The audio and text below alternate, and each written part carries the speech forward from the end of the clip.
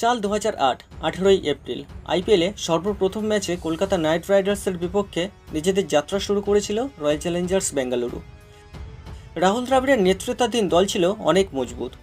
দলে ছিলেন Jack ক্যালিশ, mark voucher, Misbaul হক, শিবনারায়ণ চন্দ্রপাল, রস টেইলর, রাহুল দ্রাবিড়দের মতো ব্যাটসম্যানরা। বোলিং বিভাগে দলটিতে প্রতিনিধিত্ব করেছিলেন ডেল স্টেন, জাহির খান, অনিল কুম্বলেদের মতো তারকা বোলাররা।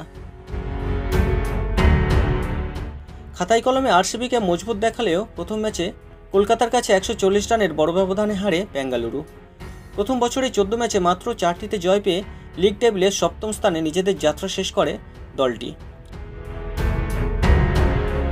শিরোপা জয়ের আশা জাগিয়েছিল 2009 সালেও, কিন্তু তীরে এসে তড়ি ডুবল। ফাইনাল ম্যাচে ডেকান চার্জার্সের কাছে পরাজিত হয়ে সেবারের মতো যাত্রা শেষ করে আরসিবি। তারপর 2010, 15, 21, 22, 2024 সালেও প্লে অফে কোয়ালিফাই করেছিল দলটি। শুধু তাই নয়, 2009, 11 এবং 2016 সালে দলটি ফাইনালেও উঠেছিল।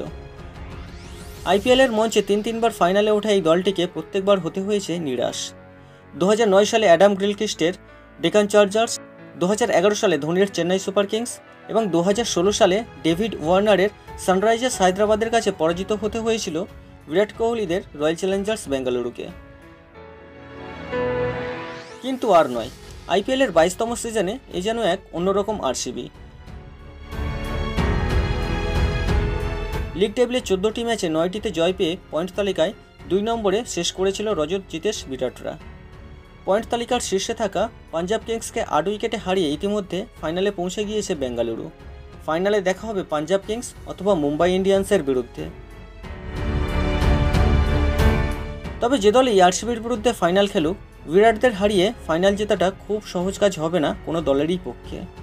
দলের ব্যাটিং ও বোলিং বিভাগ এই মুহূর্তে ফর্মের তুঙ্গে। দলের ওপেনার ফিল সল্ট 12 ইনিংসে করে ফেলেছেন 387 রান, 21টি 6 হাঁকিয়েছেন। অর্ধশত রান করেছেন 4টি। 14 ইনিংসে বিরাটের দখলে 614 রান, অর্ধশত রান 8টি। দলের অধিনায়ক রজত পাটিদার বেশ কয়েকটি ইনিংসে নিজের দক্ষতা দেখিয়েছেন। নেতৃত্বের পাশাপাশি 14টি ইনিংসে করে ফেলেছেন 286 রান, তার খাতায় অর্ধশত রান 2টি।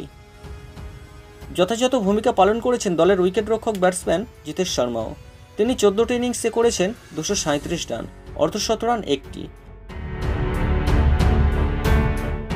লোয়ার মিডল অর্ডারে ক্রুনাল পান্ডিয়া 130 স্ট্রাইক রেটে করেছেন 105 রান, বল হাতে নিয়েছেন 15টি উইকেট। বোলিং বিভাগে নিজের সুইং দিয়ে বিপক্ষ ব্যাটসম্যানদের কাবু করার মতো বোলার ভুবনেশ্বর কুমার, যিনি 13টি ইনিংসে 15টি উইকেট নিয়েছেন। দলের হয়ে ভালো বল করেছেন ইয়েস দয়ালও। তিনি উইকেট নিয়েছেন মোট 12টি, 14টি ইনিংসে হাত ঘুরিয়ে। দলের প্রধান অস্ত্র জস হেজেলউড। তিনি 11টি ইনিংসে বিপক্ষ ব্যাটসম্যানদের ঘাম ছড়িয়েছেন, নিয়েছেন 21টি উইকেট। বেগুনি টুপির লড়াই 3য় স্থানে রয়েছেন তিনি। সাকুল্যে 2025 আইপিএলে এ যেন এক অন্যরকম রয়্যাল চ্যালেঞ্জার্স বেঙ্গালুরু। দলটির ব্যাটিং ও বোলিং বিভাগের দক্ষতা প্রমাণ করে দিয়েছে তারাই এই বছর আইপিএলের সর্বশ্রেষ্ঠ দল।